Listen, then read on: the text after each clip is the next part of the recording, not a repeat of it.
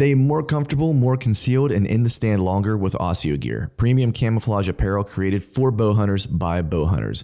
Osseo's revolutionary patented camo patterns and innovative features are designed to keep whitetail bow hunters totally invisible and dead quiet. Elevate your game with Osseo. Visit asiogear.com and take 20% off your purchase with code TRUTH20.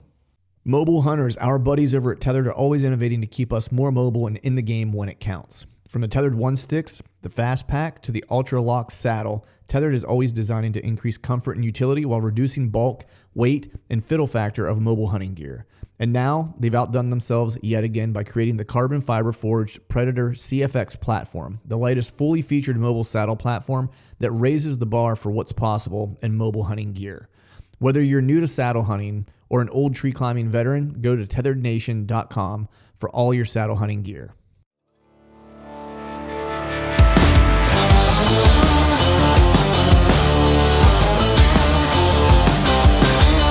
All right, folks, welcome back to another episode of the Truth from the Stand Deer Hunting Podcast. And today I am going to butcher your last name, Josh Teulker. Is that right? Teulker. Damn it. Teulker. Yeah. I thought I was going to. I thought I was going to get it. I spent most of my life correcting people. So. Yeah, nice. I was going to say I usually always ask people before we start, and I was like, I got this. It's like, of course not. I didn't have it. That's all right, man. Nice, man. How you been, buddy? Good. Just juggling family and hunting and business and work and everything else. So haven't done as much hunting this year as I usually do, but the time is just getting right. So yeah, I'm excited for the next month. Yeah, living that dream like we all are, trying to balance all the things in the fall that kind of come our way, you know. Yep, 100%. Yeah, I leave as you can 7th for Iowa. So. Oh really? Oh, nice. Got that Iowa tag in your pocket. I did. Yeah, I had 7 points this year, so I burned them and got my Iowa tag. Nice. How excited are you for that? Well, you know, Clint, it's kind of one of those things where I've been like, I'm going to Iowa this year, you know, and I haven't really thought about it much. I went and scouted it a couple years ago, and the other day, my wife, I was like, yeah, I got to go to, I'm going to Iowa in November. She's like, yeah, you're going to Iowa in 8 days or 9 days, whatever it was. I'm like, oh crap, yeah, you're right. So I'm getting excited now because I'm like, oh man. I gained some access on some private land too, so I have some options out there. I'm excited. I'm pumped. I'm pumped. Nice. Have you been to Iowa before? I've scouted out there, but I've never hunted it. Yeah, nice. Just scouting. Yeah, it's one of those things where I kind of get the same way. Like hunting season kind of snuck up. I mean, I went to Idaho and I hunted elk this year, and then I got back, and hunting season kind of snuck up on me a little bit because. You kind of go and you do those trips out west and you're there out for like 2 weeks or whatever, and you're already kind of done the grind to a degree, right? Because if you're a working guy like normal people, you get some days smattering during the week and on weekends and stuff that you might get, but you got, like you said earlier, you got family and stuff that you have priorities to take care of. And then when I get back from Idaho, same for me. So when I get back from Idaho, I always feel like I've already gone through a hunting season to a degree, right? And so the next trip for like whitetails or whatever always seems to be kind of like I don't want to say that I forget about it, but I almost feel like, I don't want to say blah either because I'm excited, but it's like I almost feel like I'm in the flow of it already. And so it's just like another thing I'm going to go do. You know what I mean? As opposed to like, oh man, I can't wait for it to start. Yeah. I used to be like, my hunting trips was all I thought about, and it was all, as excited as I could get, I was excited to go on them. And anymore, man, I just like, it's one of those deals where I don't like leaving my boys for that long. And I don't like leaving my wife with that responsibility. So it's like, there's a little bit of like, man, this kind of sucks at the same time as being something I really love to do, Yeah. Maybe I do with it. Yeah, I totally have the same feeling because as you can see behind me, it's like I'm in my travel trailer. I've spent like the better part of 2 weeks hunting and working. So I had to get up in the morning, go hunt in the morning. I'd take like the first like hour or two of work, off essentially, or just come in late and I'd work a little bit later in the evening to get my stuff. Then I'd go out in the hunt in the evening, and I'd make up that time whenever I get back, do whatever work I needed to do. Yep. And so I've been doing that for like 2 weeks already, and I don't even know how many days I have. I have more days. Even if I removed the Idaho trip and I just counted the days that I've hunted in Pennsylvania this year, I already have more days, probably triple the amount of days this year hunting as I did all of last year between 2 states. Yeah. I'm hitting hard this year. Yeah, and so to your point, it's like I've spent a bunch of time away from home, and I'm actually headed back today for like a couple days before I kind of leave again. But I do feel bad. You know what I mean? I'm kind of like, I miss my girls. I have girls. I have, my daughter and my wife. So I miss my girls while I'm gone, essentially. Mm-hmm. How old is your daughter? She's 16. So it's a little different whenever they're a little older. Yeah, it's not quite the same. When she was younger, it was a lot harder. So, 5 and 1.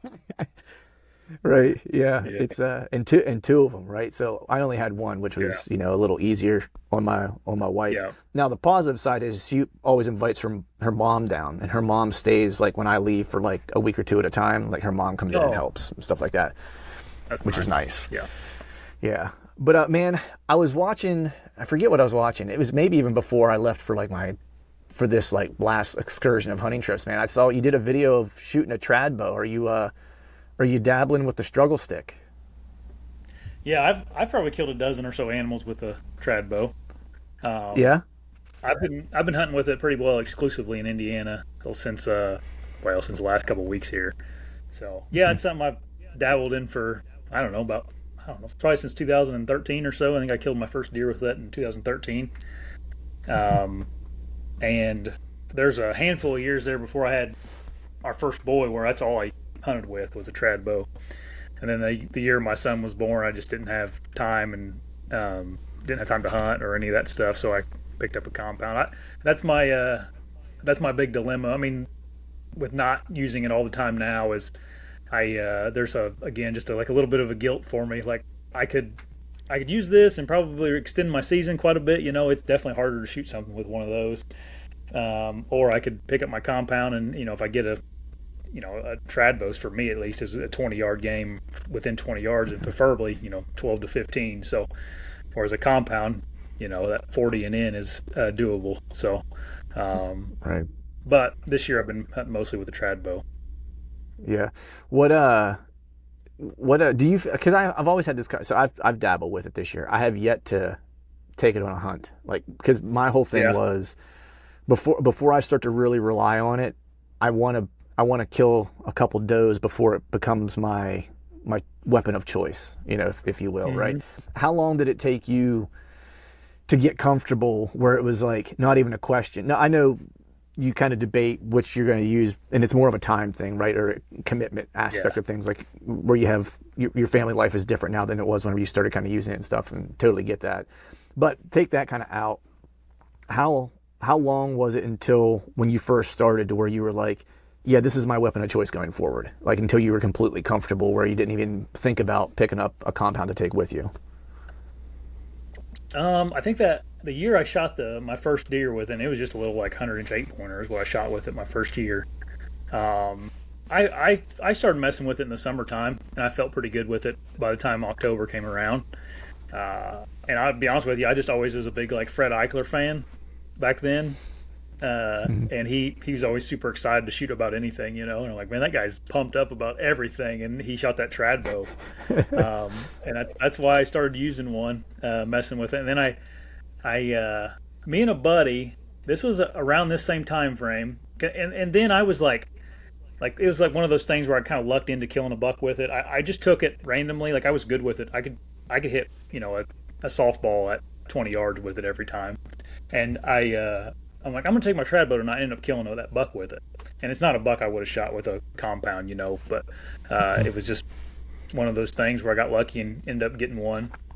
And that same year, my buddy killed a really nice, a 150 with his bow, a compound bow. And he wanted to get it scored by Pope and Young. And he called me. He's like, hey, I'm going to North Vernon, which is the town next to us here, to get my buck scored. You want to come with me to this guy's house? And I'm like, yeah, sure. And we drove over to this guy's house, and we came in. He has moose, and he has antelope, elk. He has everything mounted, just a awesome log cabin house. And I come to find out the guy killed everything he's killed everything with a longbow. Like Hmm. he's never hunted with anything but a longbow, and he's close to 60 years old, and that really got me like, man, this is cool. This is super cool that he did that, and that just kind of fueled the fire even more. And then I became good friends with that guy, and I still do. He's killed like I think he's hunted 40. He's killed a big game animal in 47 of the 50 states with a longbow. Dang. So yeah, That's just something I that's don't know, just neat.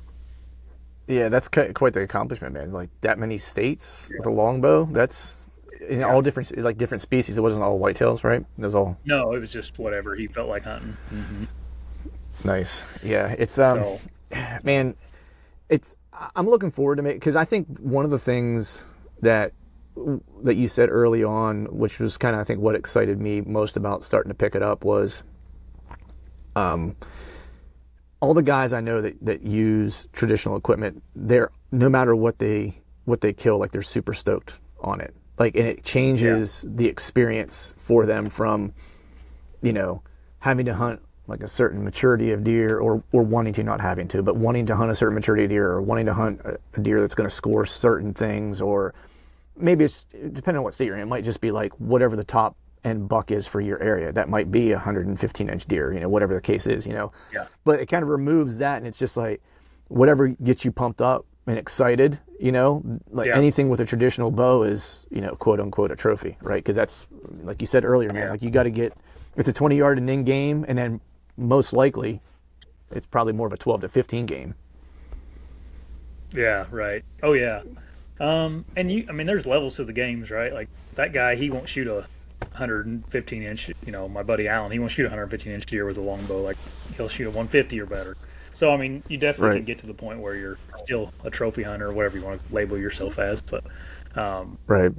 yeah, I don't know. It just seems like for me, like all the people that I respected the most in the, because I got to know like Barry Winsell and Mike Mitten and some of these people I met over the years, and it's like all those guys that I really looked up to, where they all shot trad bows. It seemed like, and it was just because it was like, man, they just, I don't know.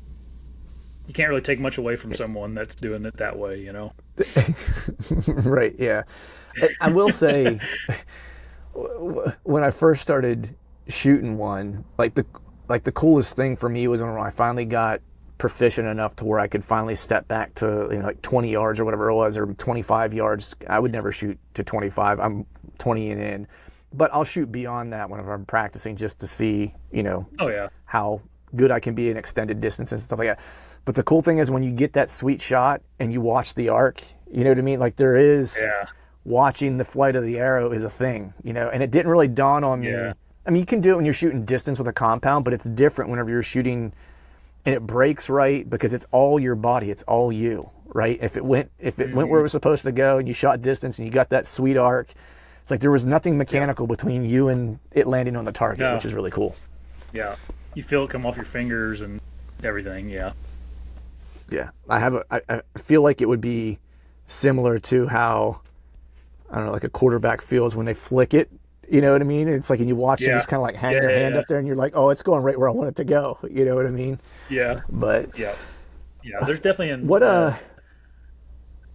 there's definitely an art to it or a beauty to it that you lose whenever you go to a compound and you're shooting a compound. yeah. Do you feel like when you think about hunting with traditional equipment, like are there certain parts of aside from shooting, are there certain parts of like your hunting, how you approach hunting, or like strategies or anything like that you feel like it made you better at? Good question.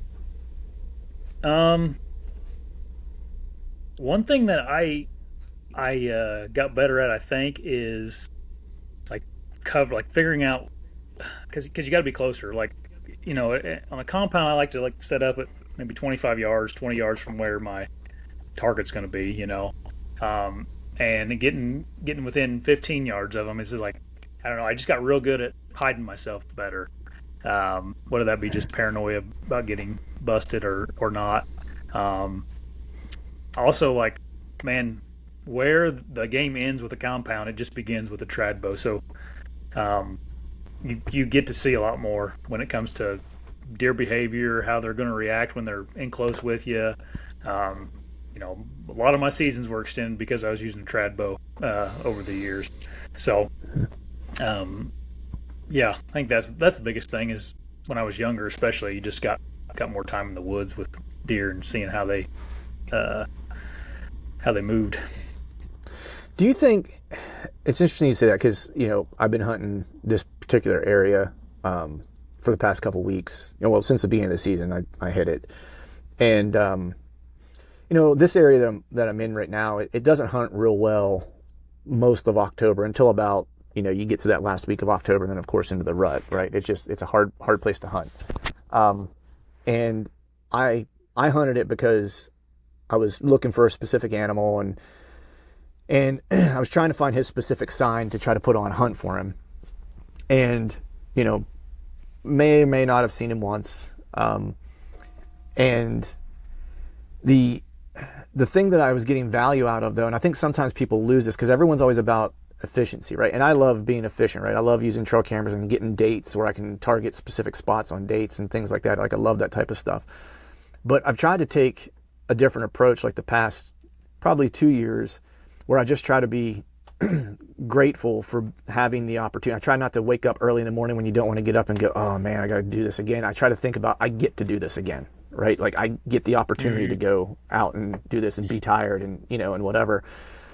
But I started kind of thinking about more was just paying more, because I've seen a couple bucks and it's just, I don't know if it's because I'm getting older or what, but it's like I spend a lot more time paying attention to the deer that I don't intend to kill than I probably have, say, 5 years ago, right? Do you think people take the opportunity as often as they should when they're in the timber and they're having an encounter with a deer and not just watching it, but paying attention to like what it's doing, right? Because that's the thing that I kind of moved to like in the past like 5 years or so. It dawned on me where I was like, it was actually ever since my Iowa trip, to be honest with you, was paying attention to the deer, even if I don't intend to kill it, like watch how it's using the wind, watch how it's circling down, trying to move downwind of me. What sounds is it paying attention to? Like all the little things that I may completely gloss over, I try to kind of absorb those when they're there. Do you think people do that enough whenever they're in proximity to a deer they don't intend to kill? Yeah, no, people don't do that enough just walking through the woods even. Like that's all part of woodsmanship, right? Like looking at, if you see a track, what's different about that track? Why is it that track here? What time of the day was that track here? A rub, same thing. Like if you just see a rub, don't even, don't just look and be like, oh, there's a rub. Maybe that's a big buck. Go over there and, look at the tine marks you can't see from 10 feet away and try to put something together that you may have missed by not being detail oriented. But yeah. And then, like you said too, I mean, you can learn anything from any deer walking through the woods. They all kind of have the same instincts. So, whether it's a small deer, young deer, or an old deer, they're going to act similar. The older ones get better at acting that way, but yeah, I think that's a huge thing, especially now with all the technology we have in hunting and stuff. It's like we oftentimes are looking at our phones walking through the woods, or we're relying on devices to tell us when to hunt. So yeah, I think it's something people need to get better at. Yeah. Best time to hunt is when you got time. Yeah. Right. Yeah, because it was interesting. I saw there was a decent buck that came in yesterday that I watched, and he crossed this swamp, and I was watching. I picked him up from probably like 80 yards away. Like I heard him across this swamp, like crack a branch, and I started watching him. I glassed him coming across, and like there was a couple things that deer taught me, because this area is still newish to me, was that I had always assumed they crossed that swamp somewhere and didn't always go around the edge. I thought they used the edges more during the spring and summer whenever it's a little bit more wet in there, or that maybe isn't as easy to get through.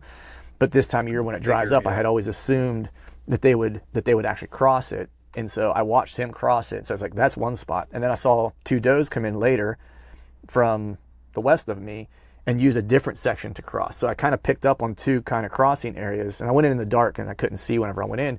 So as I was on my way back out, because I could only hunt to about 10 o'clock, I could see, like, I investigated those two spots, and there's clear trails that kind of dip down into the swamp. So I'm like, okay, I'm starting to figure out pieces of the puzzle of how they're using all this terrain that's around me. You know what I mean?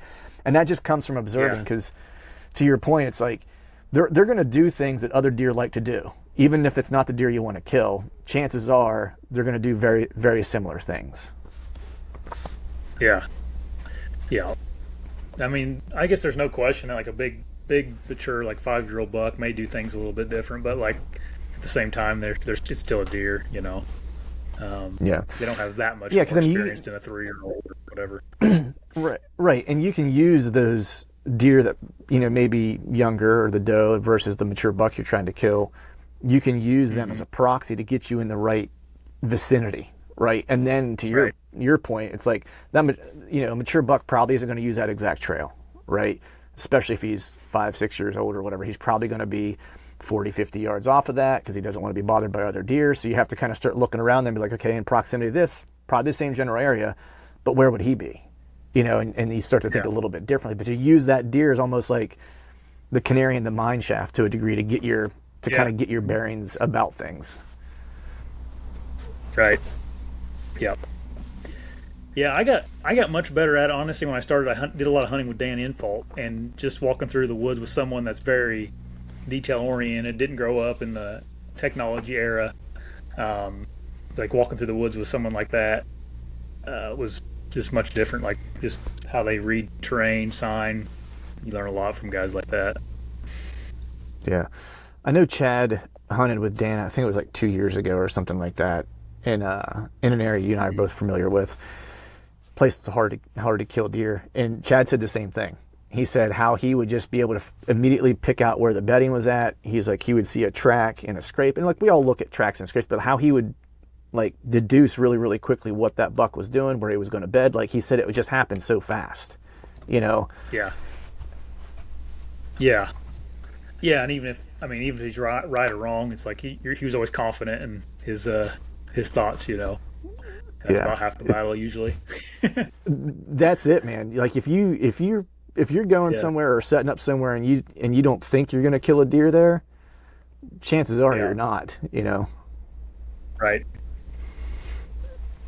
You have to. I try to get up like anytime I go out. I literally will say this to myself before I walk out. Like, you're killing a deer here tonight. Like it's going to happen here this morning. And I try to visualize it happening. Manifest it to a degree.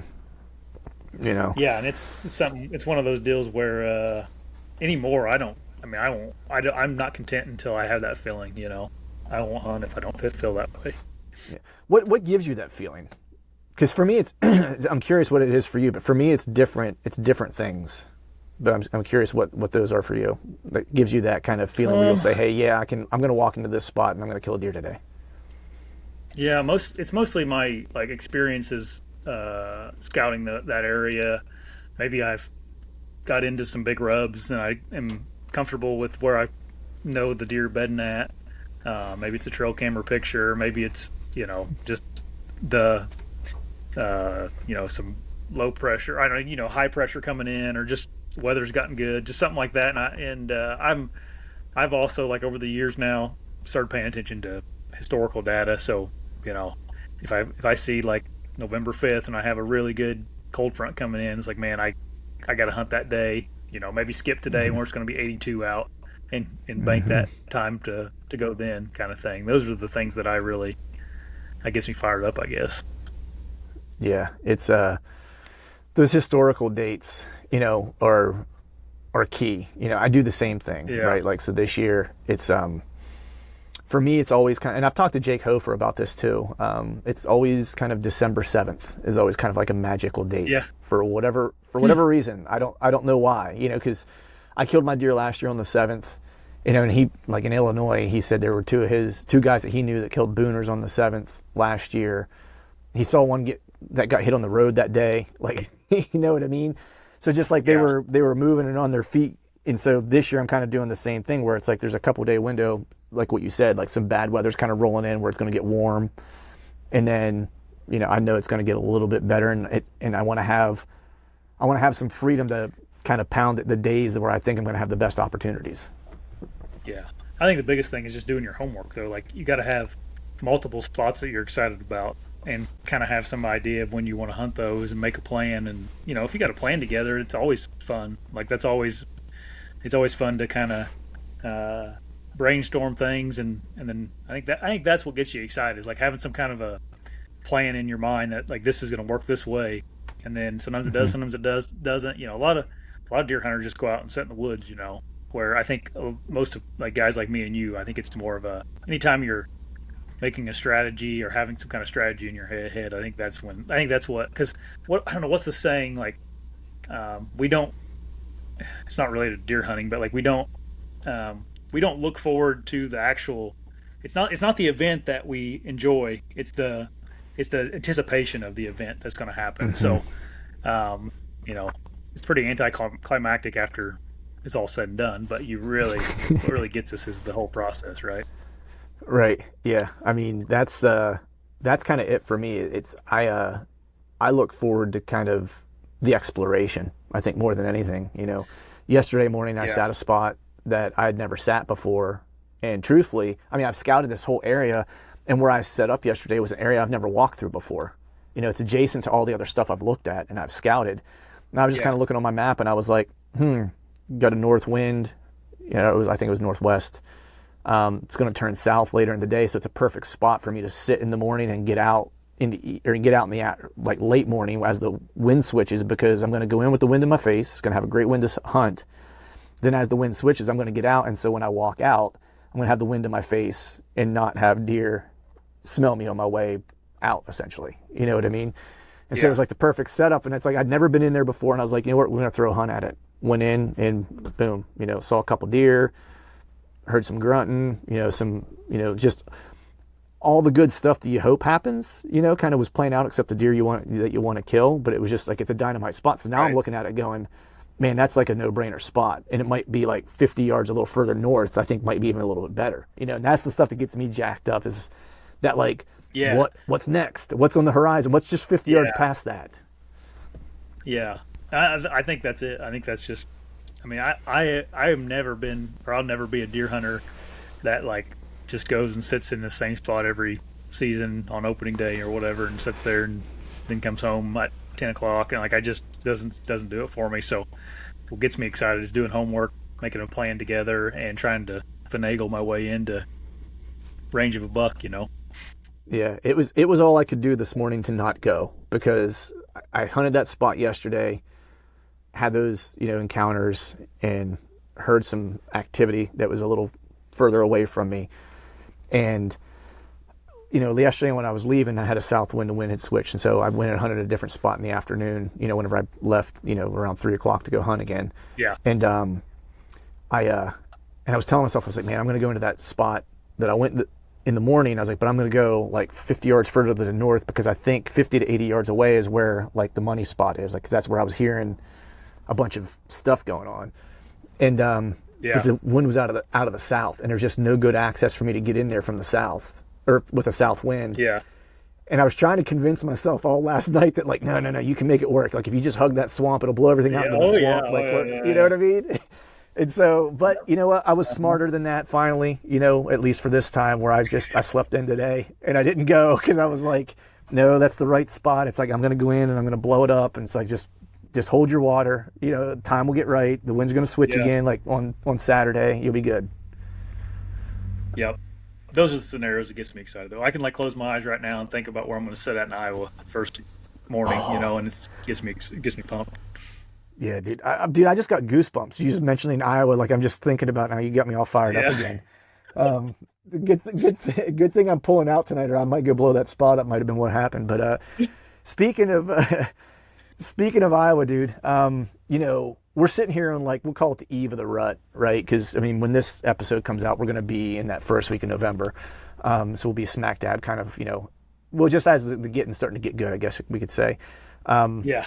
And you're headed to Iowa, right? I think one of the important things, because we get jazzed up for this time of year, because it's that time of year where freaking anything can happen, right? It's just like the doldrums of like not seeing anything for days, and then boom, like a light switch turns on. You're at the right place at the right time, and just like complete mayhem breaks out, right?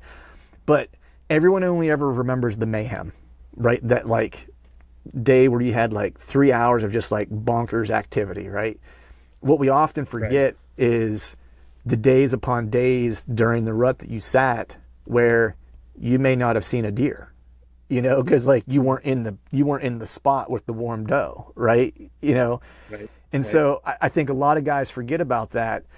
And so as we're getting ready to go into that time of year, like, how do you think about and kind of contextualize, especially when you have a trip like, when you're going to like an Iowa or a Kansas or something like that, right? That you're anticipating. How do you balance that expectation versus like what reality probably is going to be, right? Like the reality is like you're probably gonna have some good stuff, like 30% really good, and then this other 70% is going to be average or worse. You know what I mean? Like that's the reality of it, right? So how do you balance that with your expectation? Yeah, I think expectation for like out of state hunts is a big problem because we, as deer hunters, we always have this mindset of other places other than where I'm at, better hunting. And I go out of state, that's going to be an awesome hunt. And the reality, man, is you're the best hunter that you can be wherever you live because that's where you spend the most time. It's where you have the most knowledge, the most experience. And so, I mean, I don't care if you're, in Iowa or Kansas or whatever the state may be. It's like there's a good chance, especially, maybe, now that I've hunted out of state for years and years now and hunted a bunch of states, maybe it's not as true anymore. But like when you're first going out of state, you're probably not going to, it's probably going to suck. Like you're probably not going to do great starting off here. And I think you got to be okay with that. Like I think for me, it's always like, what can I learn from this, or what can I get out of this that's positive? Because there's going to be some negatives. Like it's going to suck sometimes, right? And I think that's the mindset you have to have is like go into it with a positive attitude, and then also the mindset of like, man, it just takes one deer to walk by. Like you don't have to be in the game every, if you're going to be there for 7 days, and you got 10 sits, like you don't have to be in the game 90% of the time. It's like you just need to be into the game 10% of the time, right? With one sit has to work out. So to keep that attitude, and then like you said earlier about like paying attention to the deer there, how are they different? What are they doing different? What can I learn?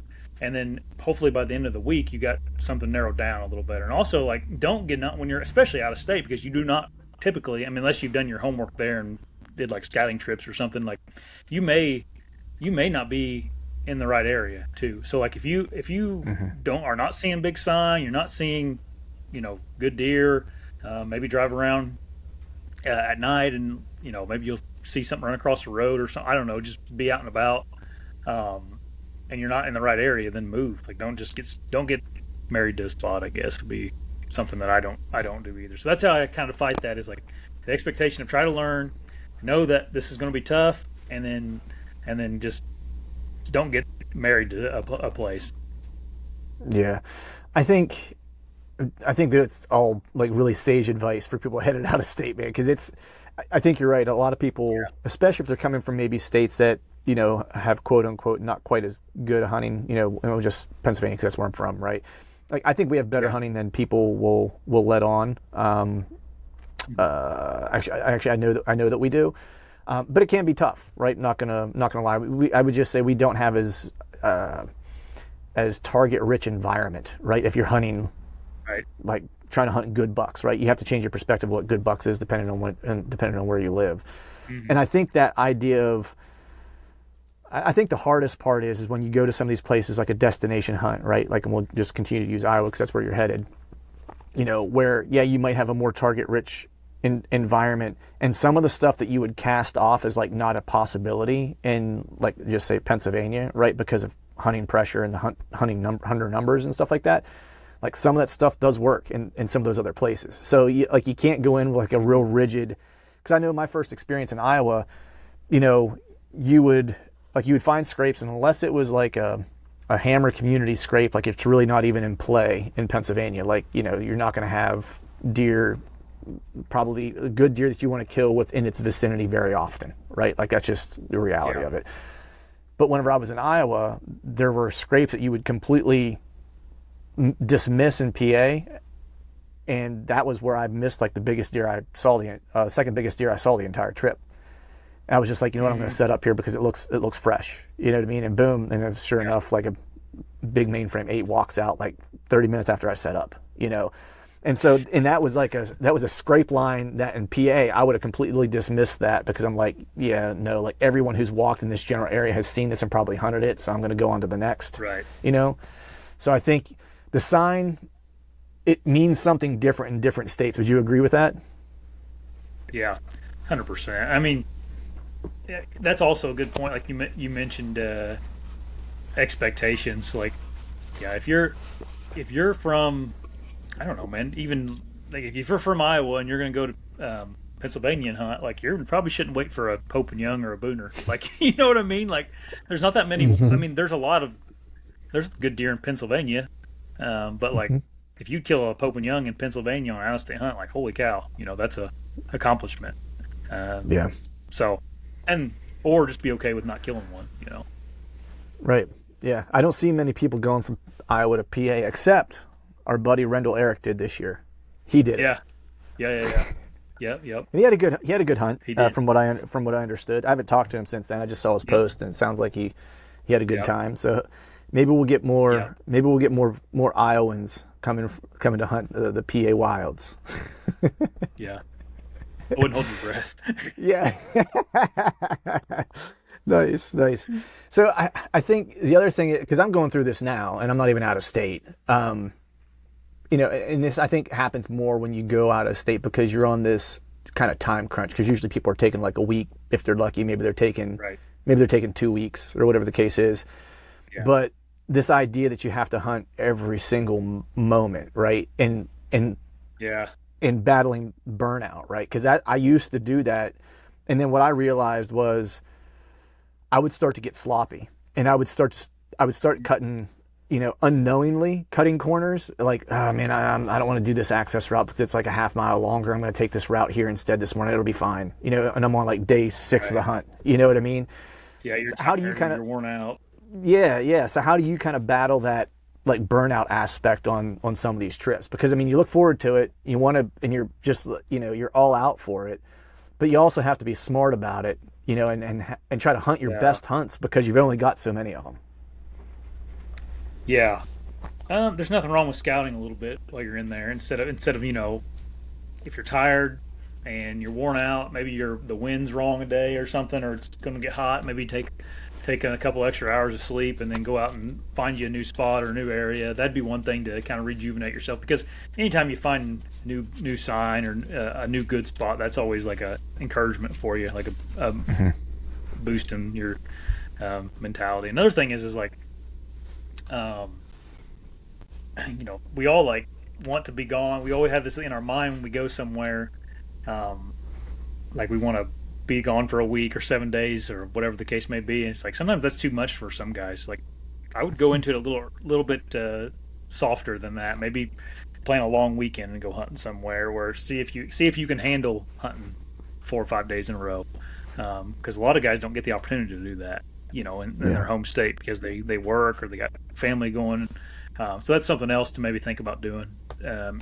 Because a week straight of hunting is a lot of hunting. That's a lot of time away, and it's cool to think that you'd be all up for that and would love it. But sometimes guys, sometimes it's mentally too much. So Yeah. um, I think the biggest thing for me though is just like if you're getting burnt out, it's because you're not. I mean, I'll never get burnt out if I feel like I'm going to kill a big buck, on a sit. So if I'm getting frustrated or burnt out, I just take a morning and go do some scouting. Go have a good breakfast and go scouting. Yeah. Sleep is That's like really important too. Like for me at least, as I've gotten older, and like, man, I used to like sleep in my Honda CRV on trips and just stuff like that, and it's like anymore, man, I gotta have a good place to sleep. That helps me a lot, getting good night's sleep. man, you ain't lying, dude. Like that is Yeah, some some sage advice there again, but buddy. The burnout thing is real, right? Because I used to, yeah, I think it's at some point in our lives, like, we're tough guys, we're macho, right? And, everyone yeah, wants to think that, like, I could hunt every day, all day. Like, I'd love to do that. It's, and the reality isn't, like, if you've ever taken, like, a 2 week trip out west or a 2 week trip and you've had the opportunity oh to hunt, yeah, like, 14, 15, 16 days straight, dude, there's nothing hard, like, that will grind you up and spit you out in a lot of cases. You know what I mean? And, hmm, and I'm just honest with myself, where I'm a guy where I'm like, look, I'm usually good for probably like a good 5 day stretch of like every day, yep, all day. You know what I mean? And then about day 5, like I need a morning. like to where, like what you said, where Yeah. I just sleep in a day, get up, have a slow, easy morning where, I mean, I'm still going to probably wake up around the normal time because my body clock is now used to getting up at 4 o'clock in the Internal morning. clock. Yeah. Yeah, and so I'll still wake up probably about the same time, but it's just like I get up, I have some coffee, I have some breakfast, maybe go get some breakfast, loaf around a little bit, get in with like some daylight, do some scouting, have a plan for where I want to go for the evening, but scout my way to it in case something's, piques my interest or whatever the case is. Yeah. And it does a Right. lot for your mental state of just like that one day to kind of reset. It's not even a whole day. Like you're literally Yeah. missing a couple hours of hunting is really what you're missing. But what it gives to you in the long term, I found was way more beneficial because I was sharp. I usually find something that I like what you were talking about, and it gets me fired up again, get that adrenaline kind of Yeah. going again for the hunt. And then the sleep thing, dude, is huge, huge. Like last night, I was in bed I was literally laying in bed by 8 o'clock, and I was lights out, Oh yeah. asleep by 9, and that's when I hunt, that's just how it is. Like I'm to bed early and I'm up early. Yeah. Because I know I just don't function well if I don't have sleep. No, same. There's Yeah. usually no campfires or nothing like that whenever I'm hunting. It's all just hunting and sleeping. That's why it takes a unique hunting buddy, dude, because like I was talking to some friends and whenever I was out on this trip, it was, maybe have a campfire or whatever. And I'm like, I don't have campfires. I usually don't have beers after hunting. I was like, I No. come home, I pack all my stuff for the next morning. I set it all in my truck. So it's all where I need it to be the next morning. I eat, brush my teeth, whatever I got to do, figure out what I'm going to do the next day. And then I'm in bed. That's it. Yep. Yep. It's I not agree with you. it's not glamorous, Yeah, it's not a party. It's a deer hunting trip for me. yeah, and that's why I was saying like it takes a special hunting buddy to do that because Chad's one of those Yeah. guys, for me at least, that he and I are the same way, where it's like it's Yeah. a business trip kind of with some fun mixed in, you know what I mean? Yep. But the sleep thing, I feel you though. I've been between the trailer, which I sleep good in the trailer because I got a bed, that my computer's currently on. Right. But I have been doing a lot of truck sleeping. So sleeping in the front of my truck because I'll come up just on like one day to catch like the one day of weather I want. Dude, it's just, Yeah. yeah. Dude, I got one of those. I'm putting it together. That's what I was doing. My hands are all black. I've been painting it, but I got one of those Tusca hitchhiker trailers. Have you seen those things yet? Yeah. I got one of those for the bed of my truck, and I'm making a floor plan for underneath it and stuff. I'm building that right now, but I'm excited about that thing because I have a bed in there. I got a little heater for it, and I can just like anywhere I want. I can kind of be at home, and not have like I have a trailer just like yours, a little cargo trailer I converted. But there's something nice about just having your pickup and not having a trailer, So I'm looking forward to having that thing and being a little more mobile and Yeah. camping out of that thing. Yeah. Especially on those Sleeping out of well. state. Yeah. Especially on those out of state trips, like being able to, because there's nothing worse of hunting somewhere out of state. And then, you go to your first spot and you set up camp because you're always going to set up your camp in proximity to like where you want to hunt, right? So you don't have like a hour drive to where you want to hunt every day.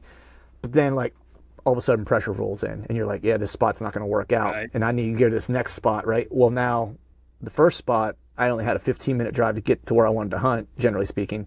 Now this next spot's 45 minutes away. Well, now I got to add 45 minutes to everything that I want to do in the morning.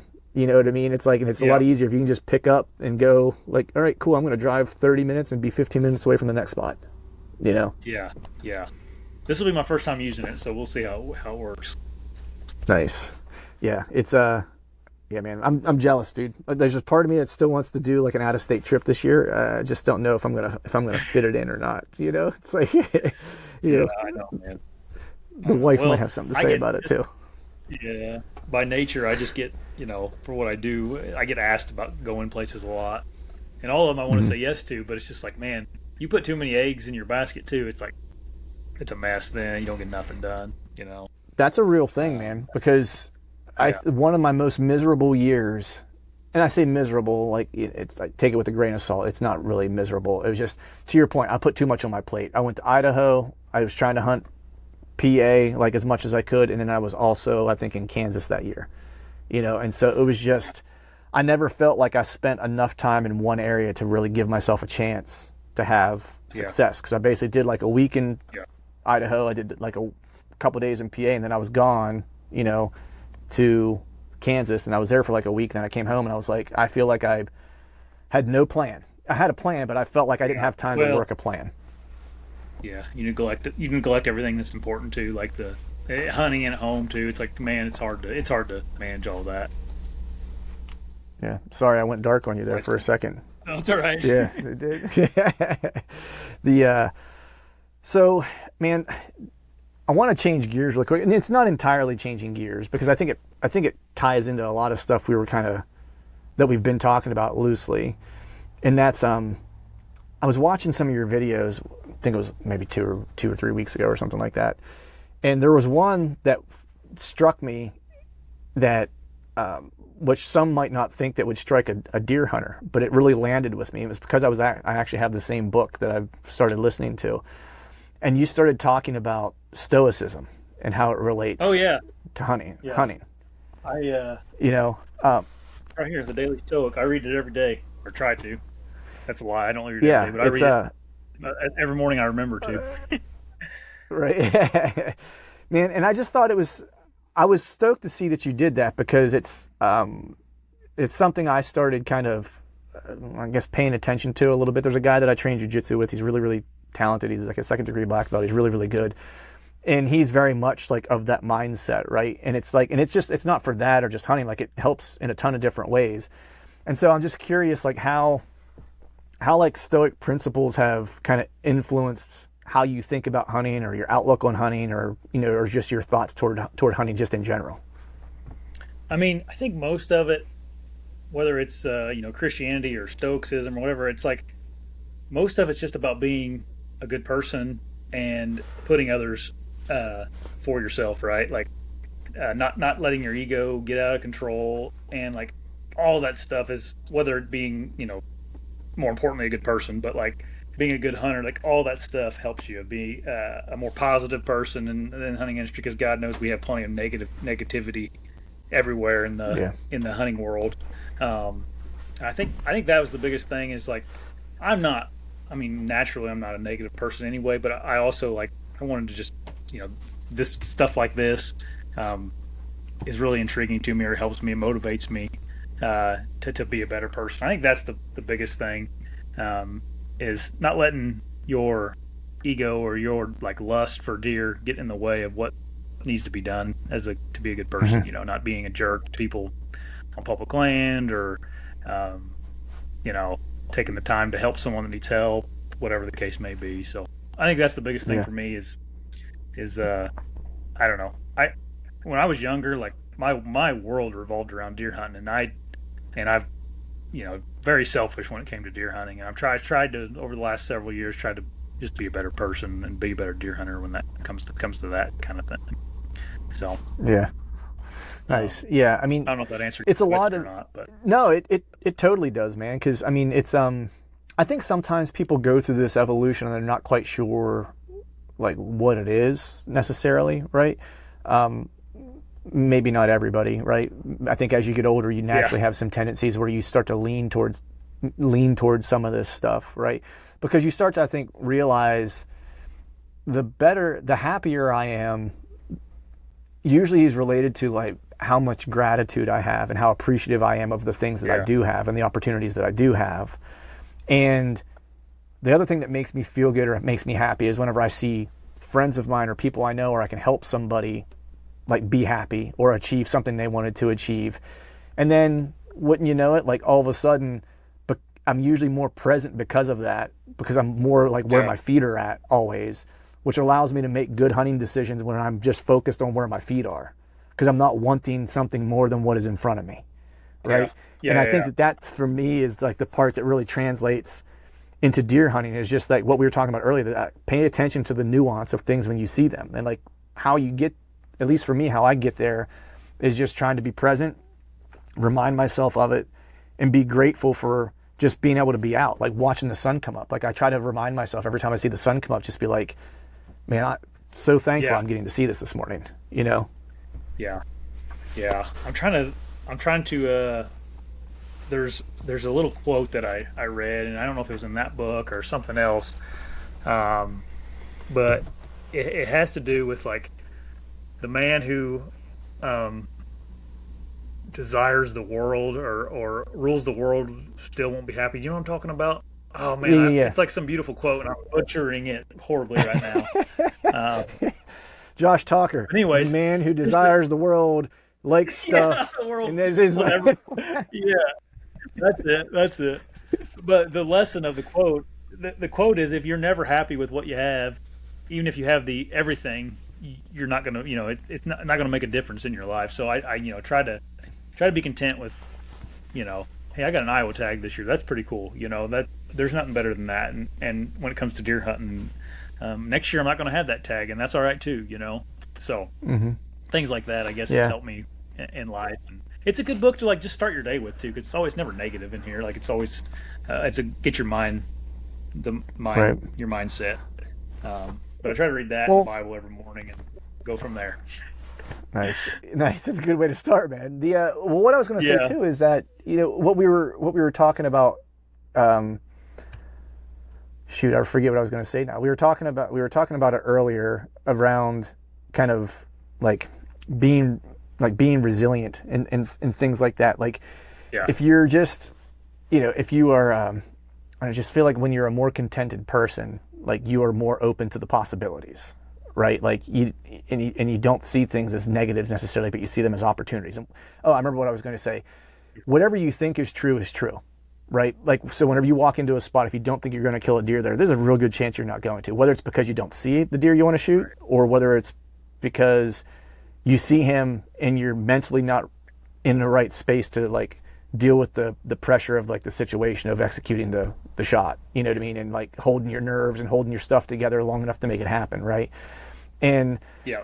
I mean, I think a lot of that, mental kind of component of it is that, if you're kind of mentally present and you're, and you have a good mental space, right, and you think you're going to kill the deer and it's going to kill it. So if you tell yourself that, if you fill your mind with negativity, hunting or otherwise, those things are going to come true for you, right? Like you Yeah, almost 100%. manifest those things, like whatever it is, because your body doesn't know the difference, but other than what your mind is telling you.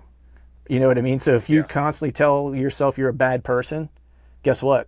You're going to be a bad person. Yeah. You know what I mean? It's Yeah, like, I'm it's not one of about those that, dude. things. I'm hard on myself. Like I guess it's not a bad thing always, but I'm pretty blunt with myself. High expectations for myself and low expectations for others, which I think is a Stoic philosophy. But I had to look up that quote because it was bothering me. It says, "He who wants the world will never be happy," which is way simpler than how I was trying to say it. But I like the way you said it that's though. the biggest thing. Yeah, right. I like to do the weave, man. The weave. Yeah, the weave. You listen to that podcast with the weave? Yeah. The weave's getting wide here. Yeah. But anyway, no, that's cool you brought it up because man, I don't know, I like talking about that stuff almost more than deer hunting. So, yeah, it's a good thing to. It just and Yeah. these little books aren't like it's like a page a day. This is a daily thing, a 365 page just once a day, and read that little life lessons for you. Right. Yeah. But I'm man. also I mean, like dude, I'm a nerd when it comes to that, like Jocko and David Goggins stuff and all that. So right. Yeah. I mean, I love talking about it too, man. I think for me, the reason why is because I've, probably in the past 2 years more so than anything, I've made a concerted effort to pay more attention to that stuff. You know what I mean? To be Yeah. more mindful, be more present. yeah, Have more gratitude, try to be yeah. a better person. It started right for me when I had my boys. Is whenever I started to really think about it. Like, man, I need to be a good example for them and try to show them. I don't know how we should live, or at least attempt to live. Yeah. So I'm not perfect by any means. So No, I got to no, ask you before we get off here, because I know you're getting close here. Where you train jiu-jitsu. Mhm. How does that, like, because me and my son loves that kind of thing. Like he would be absolutely ate up with it. So we've been thinking about putting him into it. He's just now the place around here, which isn't very close. It's still like a 40-minute drive. Is the closest gym we have, but they didn't have anybody come in until they were 5, and he just turned 5. So I thought about putting him in that instead of sports or t-ball or whatever. We thought about just trying that first. Yeah. I mean, I grappled growing up, so I wrestled all growing up. So I just have a love of like grappling sports in general, for me. And going back to what we were talking about earlier about the, trying to be where our feet are and stuff like that is one of the things that has helped me do that, really. It's a good dose of humility on, however often you train. So I train 4 days a week, and so I get humbled 4 days a week physically, which I think is good for anybody. It teaches you a lot. I think for kids, it teaches them a lot of respect because, for example, my daughter trains with me, and she was, she's 16, and there was this kid who was like 12 who wanted to roll with her. And part of the reason why I put her in was because she's a smaller girl, and I was like, I want you to be able to protect yourself, when you get older and stuff like that. And she thinks, as we all do, that we're more capable than we probably really are, right? And it's good for you to kind of know whatever it is, right? Whether you get humbled in the deer woods, or whether you get humbled in the jiu-jitsu mats, or whether you get humbled at work because maybe you thought you knew something that you didn't know and you maybe a little high on your horse or whatever the case is. And so she rolled with like a friend of mine's son who was 12, and she probably outweighs him by like 30 pounds, and he wrecked her, and it was just a good lesson for her, that, hey, the reason why I'm doing this is so you physically can handle yourself and you're not really taking this seriously. And I don't expect you to be a pro, right? But I expect you to get some things out of it that you can use to defend yourself, right? And here's a kid that's 30 pounds lighter than you, 4 years younger than you, and he completely ate your lunch, and so the light bulb finally went off for her then, right? And she understood why I was doing it. And I think it's just, I think in an age where, especially for kids, where, I think as parents, we always try to do and provide more for our kids than we had when we were growing up, right? I think that's just kind of natural, right? Like I want my daughter to have experiences and opportunities that maybe weren't afforded to me. And unintended consequence a lot of times is we make their lives a little easier than maybe we should, right? Especially in this day and age where, access to everything digitally, and stuff like that. And so my daughter was never going to have some of the challenges that I had growing up, and I made certain of that. With my wife and I having good jobs and like not getting divorced, like she has both of her parents and stuff like that. So some of the stuff that made me resilient, she doesn't have, right? And so I needed to manufacture hardship for her. I needed to manufacture, challenges for her because she's good at school. Like academics aren't a challenge for her. She's super smart. I was like, I don't want her going out into the world never having challenged or failed or struggled, right? And so jiu-jitsu was the path for me to do that for her, was to give her constant roadblocks that she would have to overcome, so she knew how to work at something, to get better at something, to fail and have to come back and try it again, and fail again and have to come back and try it again. And so all those things I think are good. And I think it just gives you a sense of calmness too, because of the amount of pressure that you're constantly under of someone trying to attack you. Like it's just like anything, like in deer hunting, when you're too worked up, you miss everything, right? When you relax, that's whenever all the decisions you need to make all kind of happen in real time, and it's almost like a flow state where it's just like you just make the decisions and they're right? It's the same. It's the same thing, right? In jiu-jitsu, like I credited killing that deer that I killed last year in Kansas on the ground with a lot of the stuff that I go through in jiu-jitsu, because like I was able to be really decisive, make a decision, and in a pressure moment, like usually you hear guys blacking out, don't remember the shot or whatever, but I remembered every detail of every decision I made in sequence that it took to kill that deer in that 30-second encounter, And so I think it does stuff like that. I think it allows people to slow things down when they get really hard, and then make good choices and good decisions. Yeah, that's something that I've gotten pretty good at is like, I heard Mark Drury, I don't know, some MLB player told him, like, you got to slow the game down when it's getting into that tight scenario. Slow the game down. I started like counting the deer steps, just silly things like that, to be like conscious in my mind, thinking about something one step at a time, to where you're not losing your crap. But yeah, but I would say, man, if your kids are into it or they're interested, man, like I would totally do it. I don't think you would regret it, especially if they have an interest already. It'll pay dividends in their, throughout their entire life, is how I kind of feel about it. Like I see a lot of the kids in like some of our classes, like are the kids classes, and like there's some younger kids that train them in the adult class because they're on the competitive circuit. They're really good. They're really like good kids. And just like how they interact with adults is different, right? Like, because I roll with some of them, like some of them will come up to me like, hey, Clint, can we catch a round, and it's like, and you don't beat them up, you just make them work, you know what I mean, and stuff like that. And just like the respect that they show to the adults in the room, they're also not intimidated by adults either, you know what I mean? So it's like they don't walk into a room and feel like they're less than they are. They also don't walk into it feeling like they're more than they are. You know what I mean? So it's a good kind of like place to kind of keep you where you kind of should be, especially for a young person trying to figure out how to, those preteen, when they get to those kind of like preteen years where they're trying to figure out like, I want to be more of an adult, but I don't know how I fit in. I struggle talking to adults, or, so it helps with all that stuff. Yeah. That's good to know. Yeah. So, well, cool, man. I know we're coming up on just about an hour, and I know we both got stuff going on. I got a meeting I got to jump to here in like 3 minutes. I got to jump on. But before I let you get out of here, though, let people know where they can find out more about Behind the Echo. They can follow along with the success that you're going to have in Iowa and everything that you have going on. Yeah, the biggest thing is just the YouTube channel.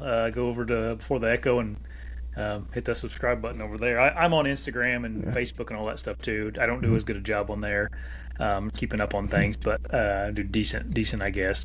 And yeah, that's about it. What about you, Clint? So awesome. If we put this on my platform too. Yeah, so just everywhere you find Truth from the Stand, all the normal seedy places you would find content. Yep. Same. Nice. And did I say did I say Behind the Echo? Or did I say before? Yeah, something like that. That's all right though. Before. Dude, my words are, like the last dude, name. You should have heard me in a meeting. You should have heard me in a meeting earlier today, dude. You would have thought like English was my second language. It was awful. It's just like I'm having one of those days where like you need to break. I think that's what's happening. Awesome, man. Well, hey, buddy, good luck to you in Iowa, dude. Keep me apprised as to what you have going on. I'm going to follow along. Hopefully, you kill a whopper out there and enjoy your time in the land of giants. And I'll do the same, buddy. Appreciate it, Clint. Talk to you later, guys. All right, folks, that is a wrap for today's show. I'd like to thank all of you for listening. And if you haven't yet, please head over to iTunes and leave us a 5-star rating, and be sure to subscribe to the podcast. And hell, while you're at it, head over to YouTube and give us a sub there too. And before I shut this thing down, we need to give a big shout out to our partners who continue to help us make this podcast possible. Osseo Gear, Tethered, Exodus Outdoor Gear, and Genesee Beer. And until next time, we'll see y'all.